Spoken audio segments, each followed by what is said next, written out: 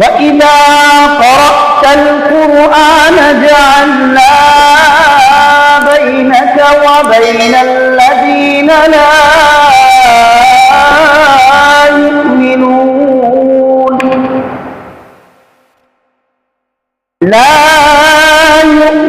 يؤمنون بالآخرة حجابا مستورا أما جان عائشة رضي الله تعالى عنها বলেন আল্লাহ সুবহানাহু ওয়া তাআলা সূরা লাহাবের মাধ্যমে সূরা লাহাব নাযিল করার মাধ্যমে আল্লাহর রাসূল সাল্লাল্লাহু আলাইহি ওয়াসাল্লামের একটা আশ্চর্য মুআজিজা প্রকাশ করেছেন। যেমন ভাবে আল্লাহর পয়গম্বর জন্মের পূর্বে আল্লাহর রাসূল সাল্লাল্লাহু আলাইহি ওয়াসাল্লামের জন্মের পূর্বে এখনো পয়গম্বর দুনিয়াতে আসেন নাই। মায়ের গর্ভের পূর্বেই আল্লাহ রাব্বুল আলামিন পয়গম্বরের আসার সুসংবাদ স্বরূপ পৃথিবীর মাধ্যমে পৃথিবীর জমিনে আশ্চর্য ঘটনা ঘটিয়েছেন। ঠিক তদ্রূপভাবে যখন আল্লাহর পয়গম্বর মায়ের গর্ভে এসেছেন, মায়ের গর্ভে থাকা অবস্থায় আল্লাহ রাব্বুল আলামিন আশ্চর্য ঘটনা ঘটিয়েছেন এবং তাকে দেখিয়েছেন। যখন পয়গম্বরের জন্ম হয়েছে, এখনো বড় হয়ে যান নাই, এখনো ছোট, অনেক ছোট, তখন আল্লাহ রাব্বুল আলামিন অনেক আশ্চর্য নবুয়তের সাক্ষ্য স্বরূপ আল্লাহ রাব্বুল আলামিন পয়গম্বর থেকে অনেক আশ্চর্য ঘটনা প্রকাশ পেয়েছিল, অনেক আশ্চর্য ঘটনা প্রকাশ পাইয়েছিলেন। ঠিক তদ্রূপভাবে আল্লাহ সুবহানাহু ওয়া তাআলা যখন সূরা লাহাব নাযিল করলেন, আল্লাহ রাসূলের উপরে যখন সূরা লাহাব নাযিল হইল, সূরা লাহাবের মাধ্যমে আল্লাহ পাক রব্বুল আলামিন রাসূল আকরাম সাল্লাল্লাহু আলাইহি ওয়াসাল্লামের এক আশ্চর্য ঘটনা দিলেন, এক মুআজিজা প্রকাশ করলেন। আম্মা জান আয়েশা রাদিয়াল্লাহু তাআলা আনহা বলেন, যখন আল্লাহ তাবারাকা ওয়া তাআলা সূরা লাহাব নাযিল করলেন এবং আল্লাহ পাক রব্বুল আলামিন সূরা লাহাবের মধ্যে জানায়া দিলেন আবু লাহাবের বংশের কথা। তাব্বাত ইয়াদা আবি লাহাব ওয়া তাব মা আগনা আনহু মালুহু ওয়া মা কাসাব সায়াসলা নারান যাতা লাহাব وامرأته حمالة الحطب في جيدها حبل من مسد। আল্লাহ রাব্বুল আলামিন সূরা লাহাব নাযিল করে জানাইলেন আবু লাহাবের বংশের কথা। তার সম্পদ তার কাজে আসবে না সেই সুসংবাদ দিলেন। তার স্ত্রী ধ্বংস হয়ে যাবে, তার বংশের কথাও আল্লাহ পাক রব্বুল আলামিন জানাইলেন। যখন সূরা লাহাব চতুর্দিকে ছড়িয়ে পড়ল, মক্কার মধ্যে ছড়িয়ে পড়ল, মক্কার মানুষরা যখন আবু লাহাবের বংশের কথা জানতে পারল, তার স্ত্রীর বংশের কথা জানতে পারল, তখন মক্কার মধ্যে কানাকানি হইতেছিল। আবু লাহাবের বংশের কথা মুহাম্মদ বলতেছে। আম্মা জান আয়েশা রাদিয়াল্লাহু তাআলা আনহা বলেন, যখন উম্মে জামিলা আবু লাহাবের স্ত্রী এই ঘটনাকে দেখলেন, সূরা লাহাব নাযিলের কথা শুনলেন, স্বামীর ধ্বংসের কথা শুনলেন, তার সম্পদ ধ্বংস হয়ে যাবে সেটাও তিনি দেখলেন এবং শুনলেন, তার নিজের ধ্বংসের কথাও শুনলেন। সাথে সাথে আল্লাহর বান্দি আর অপেক্ষা করে নাই, আর অপেক্ষা করে নাই। আল্লাহ রাসূল সাল্লাল্লাহু আলাইহি ওয়াসাল্লামকে অপমান করার জন্য, অপদস্থ করার জন্য মক্কার অলিগলিতে যাওয়া শুরু করেছে, তালাশ করা শুরু করেছে, অনুসন্ধান শুরু করেছে। আল্লাহ রাসূল সাল্লাল্লাহু আলাইহি ওয়াসাল্লামকে কোথায় পাওয়া যায় বিভিন্ন জায়গায় অনুসন্ধান করা শুরু করেছে, তালাশ করা শুরু হয়েছে। কি কারণে? যেখানে আল্লাহর রাসূলকে পাবে ওই জায়গায় আল্লাহর রাসূলকে বেইজ্জত করবে, লাঞ্ছিত করবে, অপমান করবে। যখন তার মনে হইল কোথাও মুহাম্মদকে পাওয়া যাবে না, হয়তো বাইতুল্লাহ শরীফের মধ্যে পাওয়া যাবে, কাবা শরীফের মধ্যে পাওয়া যাবে, আবু লাহাবের স্ত্রী আল্লাহর পয়গম্বরের সাথী উম্মে জামিলা কাবা শরীফের দিকে রওনা করলেন। ঘটনাক্রমে আল্লাহর রাসূল সাল্লাল্লাহু আলাইহি ওয়াসাল্লাম কাবা শরীফে আবু বকর রাদিয়াল্লাহু তাআলা আনহুর সাথে ইবাদতে মগ্ন ছিলেন। আল্লাহর রাসূল সাল্লাল্লাহু আলাইহি ওয়াসাল্লাম কাবা শরীফের মধ্যে ইবাদত করতেছেন, নামাজ পড়তেছেন, তিলাওয়াত করতেছেন। হঠাৎ আবু বকর দেখলেন দূর থেকে আবু লাহাবের স্ত্রী উম্মে জামিলা খুব ক্ষেপাতে মিজাজ নিয়ে আসতেছে। তার আখার ধরন, তার চেহারার ধরন, তার বডির ধরন দেখে বোঝা যায় সে ক্ষেপা আছে। সে আল্লাহর রাসূল সাল্লাল্লাহু আলাইহি ওয়াসাল্লামকে লাঞ্ছিত করার জন্য এদিকে আসতেছে। যদি আল্লাহর রাসূলকে পায় তাহলে অবশ্যই কোনো খারাপ ব্যবহার তার সাথে করবে। আবু বকর রাদিয়াল্লাহু তাআলা আনহু ভয় পেয়ে গেলেন। ভয় পাওয়ার সাথে সাথে আল্লাহর রাসূলকে লক্ষ্য করে বলেন, ইয়া রাসূলুল্লাহ, ইয়া হাবিবাল্লাহ, ইয়া রাসূলুল্লাহ, ইয়া হাবিবাল্লাহ, ওই যে আপনার কাছে আসতেছে। ইয়া রাসূলুল্লাহ, আমার ভয় হয়, আমার মনে হচ্ছে আপনার সাথী আপনাকে কষ্ট দেওয়ার জন্য আসতেছেন। আমাদের কাছে আসলেই তিনি আমাদের উপরে আক্রমণ করবেন, আপনাকে আক্রমণ করবেন। ইয়া রাসূলুল্লাহ, ইয়া হাবিবাল্লাহ,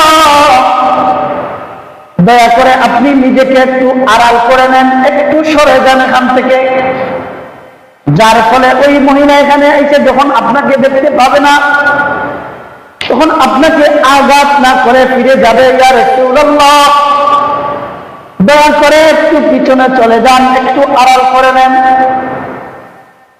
আল্লাহর রাসূল সাল্লাল্লাহু আলাইহি ওয়াসাল্লাম বলেন, ও আবু বকর, লা তাহজান, তুমি চিন্তিত হও না, তুমি চিন্তা করো না, ওই মহিলা আমার কোনো ক্ষতি করতে পারবে না। সত্যি দেখা গেল আবু লাহাবের স্ত্রী আবু বকর রাদিয়াল্লাহু তাআলা আনহুর সামনে এসে দাঁড়াইছে, আর আবু বকরের পাশে রাসূল আকরাম সাল্লাল্লাহু আলাইহি ওয়াসাল্লাম বসা ছিলেন। আল্লাহর রাসূলকে লক্ষ্য না করে আবু বকর রাদিয়াল্লাহু তাআলা আনহুকে লক্ষ্য করে বলে, হে আবু বকর, আমি তোমার বন্ধুকে মক্কায় খুঁজছি, অনেক জায়গায় খুঁজেছি, আমি তোমার বন্ধুকে খুঁজে পাই নাই। যদি তোমার বন্ধুর সাথে দেখা হয়, সাক্ষাৎ হয়, তাহলে তুমি তোমার বন্ধুকে জানাইয়া দিবা, সে যেন দ্বিতীয়বার আমার স্বামীর নিন্দা না করে, তিরস্কার না করে, সে যেন দ্বিতীয়বার আবার আমার তিরস্কার না করে, আমার সম্পদ ধ্বংস হয়ে যাওয়ার কামনা না করে। যদি দ্বিতীয়বার এমন করে তাহলে জেনে রাখো তোমার বন্ধুকে জানিয়ে দিবা, আমি কিন্তু বাবার বাড়ির দিক থেকেও নেতার মেয়ে, আবার স্বামীর বাড়ির দিক থেকেও আমি সর্দারের স্ত্রী, উভয় দিক থেকে আমার পাওয়ার আছে। তোমার বন্ধু যদি দ্বিতীয়বার আমার বিরুদ্ধে মুখ খুলে তাহলে কিন্তু আমি তাকে ছেড়ে দিব না।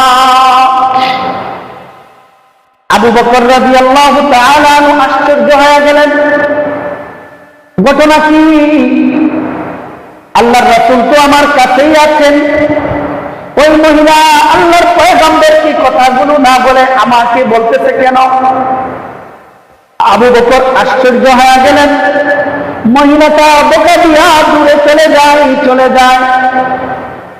আবু বকর রাদিয়াল্লাহু তাআলা আনহু মহিলা চলে যাওয়ার পরে রাসূল আকরাম সাল্লাল্লাহু আলাইহি ওয়াসাল্লামকে লক্ষ্য করে বলেন, ইয়া রাসূলুল্লাহ, ইয়া হাবিবাল্লাহ, ঘটনা বুঝতে পারলাম না, মহিলা খেপাতে মিজাজ নিয়া রাগান্বিত হইয়া তার চেহারার দিকে তাকাইলে মনে হয় সে আপনাকে পাইলেই আক্রমণ করত।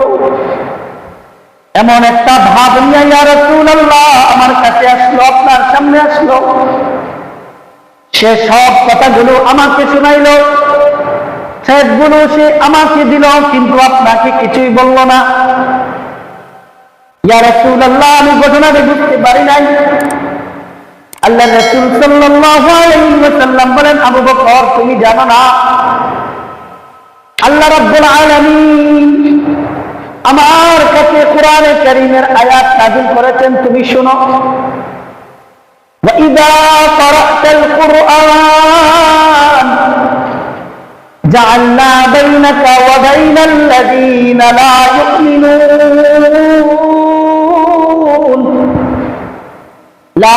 يؤمنون بالآخرة حجابا مستورا। ও আবু বকর, আল্লাহ সুবহানাহু ওয়া তাআলা কোরআনে কারীমের আয়াত নাযিল করেছেন, আমাকে সান্ত্বনা দিয়েছেন, আমাকে হেফাজতের গ্যারান্টি দিয়েছেন, আমাকে আমার আল্লাহ সান্ত্বনা দিয়েছেন, আমার মালিক সান্ত্বনা দিয়েছেন। হে আমার পয়গম্বর, আপনি চিন্তিত হবেন না, আপনি ভীত হবেন না। ইযা ক্বারাতাল কুরআন, নবীজি যখন আপনি কোরআনে কারীম তেলাওয়াত করেন, কোরআনে কারীম তেলাওয়াত করেন, ওই তেলাওয়াতের অবস্থায় আমি আল্লাহ কাফের যারা আপনাকে উদ্দেশ্য করে আসে, খারাপ মনোভাব নিয়ে আপনার কাছে আসে, তাদের মধ্যে এবং আপনার মধ্যে একটা পর্দা দিয়া দেয়, যেই পর্দার কারণে তারা আর আপনাকে দেখতে পায় না। আর যেহেতু আপনাকে দেখতে পায় না, সেহেতু আপনার কোনো ক্ষতিও তারা কখনো করতে পারবে না। আবু বকর, আল্লাহ পাক রব্বুল আলামিন আমাকে জানাইয়া দিয়েছেন, মুহাম্মদ হে আমার বন্ধু, তুমি কোরআন তেলাওয়াত করতে থাকো। যখন কোরআন তেলাওয়াত করবা, কোন কাফির, কোন বেঈমান যারা আখিরাতের প্রতি বিশ্বাস করে না, যার আখিরাতের প্রতি বিশ্বাস নাই, যার কবরের জিন্দেগির প্রতি বিশ্বাস নাই, যার আখিরাতের প্রতি কোনো বিশ্বাস নাই, হাশরের মাঠের প্রতি কোনো বিশ্বাস নাই, মিজানের প্রতি কোনো বিশ্বাস নাই, ফুলসিরাতের প্রতি কোনো বিশ্বাস নাই, জান্নাতের প্রতি কোনো বিশ্বাস নাই, জাহান্নামের প্রতি কোনো বিশ্বাস নাই, এবং বেঈমানগুলো ইয়া রাসূলুল্লাহ, ইয়া হাবিবাল্লাহ, ও আমার বন্ধু, এমন বেঈমানগুলো কখনোই আপনাকে দেখতে পারবে না। আমি আল্লাহ তার মধ্যে এবং আপনার মধ্যে একটা পর্দা ঢেলে দেই, যেই পর্দা দেওয়ার কারণে তারা আর আপনাকে দেখতে পায় না। ও আবু বকর, যখন আমার কাছে আমাকে আঘাত করার উদ্দেশ্যে আসছে, আল্লাহ সুবহানাহু ওয়া তাআলা তার মধ্যে এবং আমার মধ্যে একটা সুন্দর হিজাব, একটা সুন্দর পর্দা দিয়ে দিয়েছেন, যেই পর্দার কারণে সে আমাকে দেখতে পায় নাই। যেহেতু আমাকে দেখতে পায় নাই, সেই কারণে সে আমাকে আঘাত করে নাই এবং আমাকে ওই কথাগুলো বলে যায় নাই। আম্মা জান আয়েশা রাদিয়াল্লাহু তাআলা আনহা বলেন, রাসূল আকরাম সাল্লাল্লাহু আলাইহি ওয়াসাল্লামের উপরে সূরা লাহাব নাযিল হওয়ার মাধ্যমে এটা একটা সুন্দর মুজিজা প্রকাশ পেয়েছে। আবু লাহাবের স্ত্রী খুব দ্রুত আসছে আল্লাহর পয়গম্বরকে বেইজ্জত করার জন্য। কি আশ্চর্য ঘটনা! আয়েশার সামনে আয়েশা সব কিছু আবু বকরকে বলে গেল, কিন্তু আল্লাহর রাসূলকে কোনো কিছু বলে যায় নাই। এটা একটা সুস্পষ্ট মুজিজা, একটা সুন্দর অলৌকিক ঘটনা। আল্লাহর পয়গম্বর যে নবী, তার একটা প্রমাণ। ঠিক তদ্রূপভাবে যতদিন পর্যন্ত মুমিন ইবাদতের সাথে সম্পৃক্ত থাকবে, কোরআন তেলাওয়াতের সাথে সম্পৃক্ত থাকবে, আল্লাহ রাব্বুল আলামিন বলেন, লা ইউমিনুনা বিল আখিরাতি হিজাবান মাসতুরা। হে দুনিয়ার মানুষ, স্মরণ রাখবা, যতদিন পর্যন্ত আমার ইবাদতের মাধ্যমে তোমার জীবন পরিচালনা করবা, কোরআন তেলাওয়াতের সাথে সম্পর্ক রাখবা, কোরআন তেলাওয়াত করবা, কখনোই তোমাকে কেউ আঘাত করতে পারবে না। আমি আল্লাহ রাব্বুল আলামিন অবশ্যই তোমাকে সকল অপবাদ, সকল অপমান থেকে হেফাজত করব।